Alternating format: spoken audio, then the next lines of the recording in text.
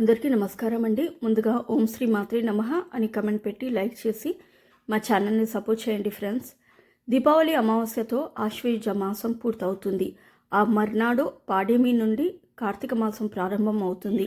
ఈ ఏడాది అమావాస్య తిథి తగులు మిగులు రావడంతో అక్టోబర్ 20వ తేదీన దీపావళి జరుపుకుంటారు. ఆ మరుసటి రోజు కూడా సూర్యోదయం సమయానికి అమావాస్య ఉండడంతో కార్తీక మాసం అక్టోబర్ 22వ తేదీన బుధవారం నుంచి ప్రారంభం అవుతుంది. దీపావళి పండుగను చిన్నపిల్లల నుంచి పెద్దవాళ్ళ వరకు అందరూ ఆనందిస్తారు. దీపావళి తర్వాత రోజు నుంచి కార్తీక మాసం మొదలవుతుంది. హిందూ ధర్మంలో కార్తీక మాసం అత్యంత పవిత్రమైన మాసంగా పరిగణించబడుతుంది. కార్తీక మాసంలో భక్తులు శివుడిని విశేషమైన భక్తి శ్రద్ధలతో ఆరాధిస్తారు. స్కంద పురాణాల్లో ఈ మాసం గురించి ప్రత్యేకంగా ప్రస్తావించబడింది.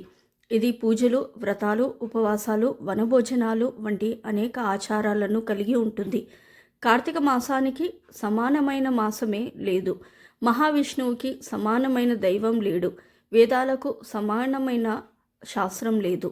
గంగకు సమానమైన తీర్థం లేదు అని చెప్తారు. కార్తీక మాసంలో శివుని పూజించడం వలన విశేష ఫలితాలను పొందవచ్చు. శివాలయాల్లో రుద్రాభిషేకాలు, బిల్వదల పూజలు, రుద్ర పూజ, అమ్మవారికి లక్ష కుంకుమార్చన ఇలాంటివన్నీ జరుపుతారు. కార్తీక మాసంలో పత్రి పూజ చేస్తే కూడా మంచిది. బిల్వపత్రాలతో శివుని ఆరాధించడం వలన స్వర్గలోక ప్రాప్తి కలుగుతుందట.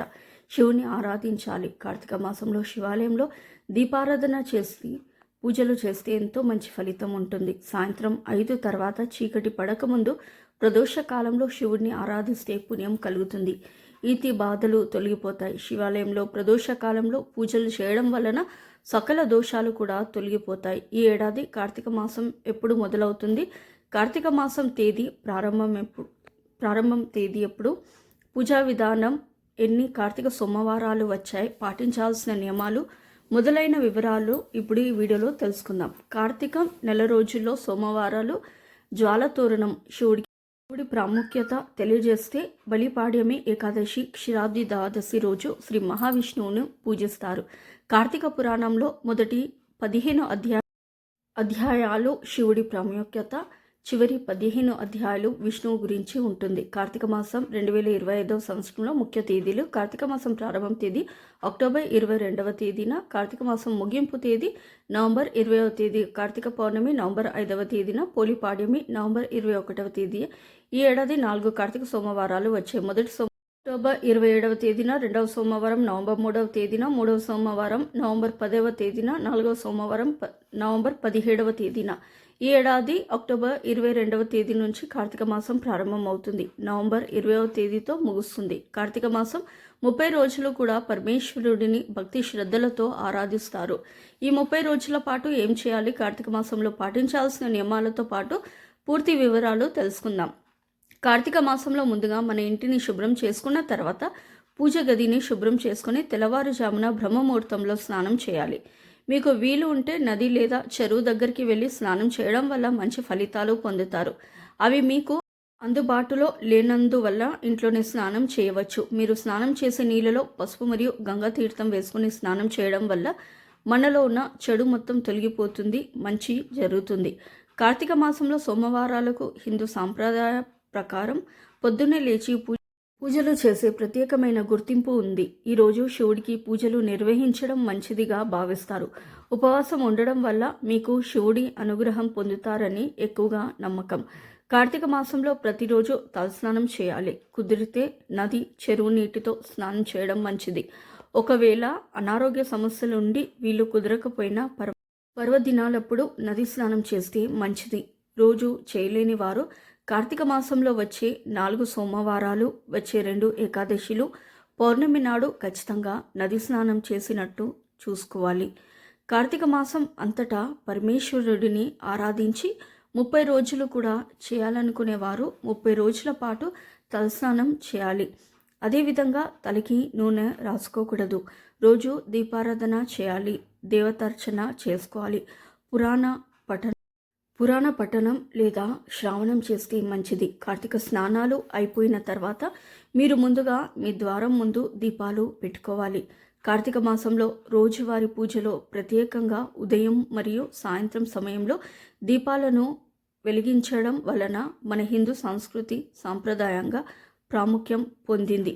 దీపాలను వెలిగించడం వల్ల పాపాలు తొలగిపోయి శుభాలు మరియు అష్ట ఐశ్వర్యాలు కలుగుతాయి. శివుడి అనుగ్రహం పొందుతామని ప్రజలు ఎక్కువగా నమ్ముతారు. మన హిందూ సాంప్రదాయం ప్రకారం దీపారాధనకు ఎంతో విశిష్టమైన మాసం ఈ కార్తీక మాసం. ఇంట్లో ఉన్న దేవుని ముందు మరియు తులసి కోట దగ్గర దీపారాధన చేయాలి. మీ దగ్గరలో ఉన్న దేవాలయంలో కూడా దీపారాధన చేయాలి. అలా చేయడం వల్ల ఎంతో పుణ్యం కలుగుతుంది. దీపారాధన ఎలా చేయాలి అంటే ఇత్తడి కుందుల్లో కానీ వెండి కుందుల్లో కానీ లేదా మట్టి ప్రమిదలో 2 వత్తులు కలిపి ఒక వత్తుగా చేసి అందులో 2 వత్తులు వేసి అలా 2 కుందుల్లో సిద్ధం చేసుకోవాలి. దీపారాధనకి వాడే నూనె నువ్వుల నూనె లేదా ఆవు నెయ్యి వాడడం మంచిది. పెట్టిన దీపం దేవుని వైపు పెట్టాలి. శివ అష్టోత్తరాలు మరియు విష్ణు సహస్రనామాలు చదవాలి. కార్తీక మాసంలో తులసి మొక్కకు ప్రత్యేకమైన ప్రాధాన్యత ఉంటుంది.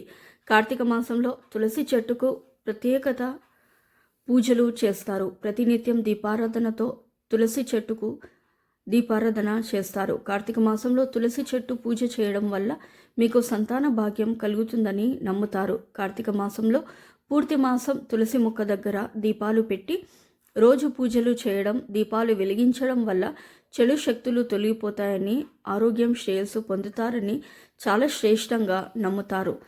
కార్తీక మాసంలో వచ్చే పౌర్ణమికి ఉన్న విశిష్టత చెప్పలేనంత గొప్పది. కార్తీక పౌర్ణమి నాడు నదిలో స్నానం చేసి 365 వత్తులతో దీపారాధన చేస్తే ఎంతో పుణ్యం కలుగుతుంది. పారే నీటిలో దీపాలను వదిలి పెడితే సకల సంతోషాలు కలుగుతాయి. శివుని అనుగ్రహం లభిస్తుంది. కార్తీక మాసంలో ఆహారం, బట్టలు, నువ్వులు, దీపాలు, ఉసిరిని దానం చేస్తే ఎన్నో ప్రయోజనాలు కలుగుతాయట. కార్తీక మాసంలో ఇలా చేయడం వల్ల భక్తులకు లక్ష్మీదేవి అనుగ్రహం లభిస్తుందట. కార్తీక మాసంలో విష్ణుమూర్తి రూపమైన శాలిగ్రామాన్ని పూజిస్తే కూడా ప్రత్యేకమైన ప్రయోజనాలు కలుగుతాయట. ఈ మాసంలో తెలిసి తెలియకుండా కూడా కొన్ని రకాల తప్పులు చేయకూడదని పండితులు చెప్తున్నారు.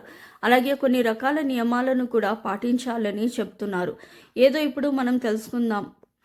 కార్తీక మాసంలో సూర్యోదయానికి కంటే ముందే నిద్రలేవాలి. అలాగే పవిత్రమైన నదిలో స్నానం చేస్తే భక్తుల పాపాలన్నీ తొలగిపోతాయట. కాబట్టి నది స్నానం చేస్తే పాపాలన్నీ కడిగి మోక్షం ప్రసాదిస్తుందని నమ్ముతారు. కార్తీక మాసంలో తులసి పూజకు విశేషమైన ప్రాముఖ్యత ఉంది. అందుకే ప్రతిరోజు తులసి మొక్క దగ్గర దీపం వెలిగించి ప్రదక్షిణాలు చేయాలని చెప్తుంటారు.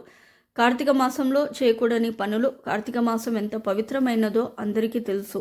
కార్తీక మాసం మొదలవ్వగానే అందరూ తెల్లవారుజామునే లేవడం, పూజలు చేయడం, తులసి మొక్కను పూజించడం విధిగా చేస్తారు.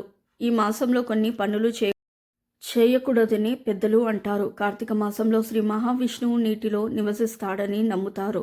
అందుకే చేపలు లేదా ఇతర రకాల తామసిక ఆహారాలను తినడం మానేయడం మంచిది. ఈ మాసంలో నేలపైన పడుకోవడం ప్రయోజకరంగా ఉంటుందని చెబుతారు. అలాగే ఈ మాసంలో శరీరం, మనసు పరిశుభ్రతపై ప్రత్యేక శ్రద్ధ తీసుకోవాలి. అలాగే ఈ మాసంలో ఇంద్రియాలపై సంయమనం పాటించాలని చెబుతున్నారు. ఈ మాసంలో ఉల్లిపాయలు, వెల్లుల్లి, మాంసాహారం వంటి తామసిక ఆహారాలను తీసుకోకపోవడమే మంచిదని చెప్తున్నారు. మద్యం, మాంసం జోలికి పోకూడదు. ఎవరికి ద్రోహం చేయకూడదు.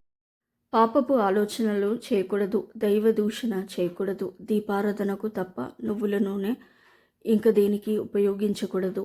మినుములు తినకూడదు. నలుగు పెట్టుకొని స్నానం చేయకూడదు. కార్తీక వ్రతం పాటించేవారు ఆ వ్రతం చేయని వారి చేత వంట తినకూడదు. మీకు ఈ వీడియో నచ్చితే తప్పకుండా లైక్ చేసి మీ ఫ్రెండ్స్కి షేర్ చేయండి. మరిన్ని వీడియోస్ కోసం మా ఛానల్ని సబ్స్క్రైబ్ చేయండి. ధన్యవాదములు. సో ఇదండి ఇవాళ వీడియో. రేపటి వీడియోలో మళ్ళీ కలుస్తాను. అంతవరకు సెలవు. నమస్కారము. సర్వేజన సుఖినో భవంతు. Please to like, share and subscribe.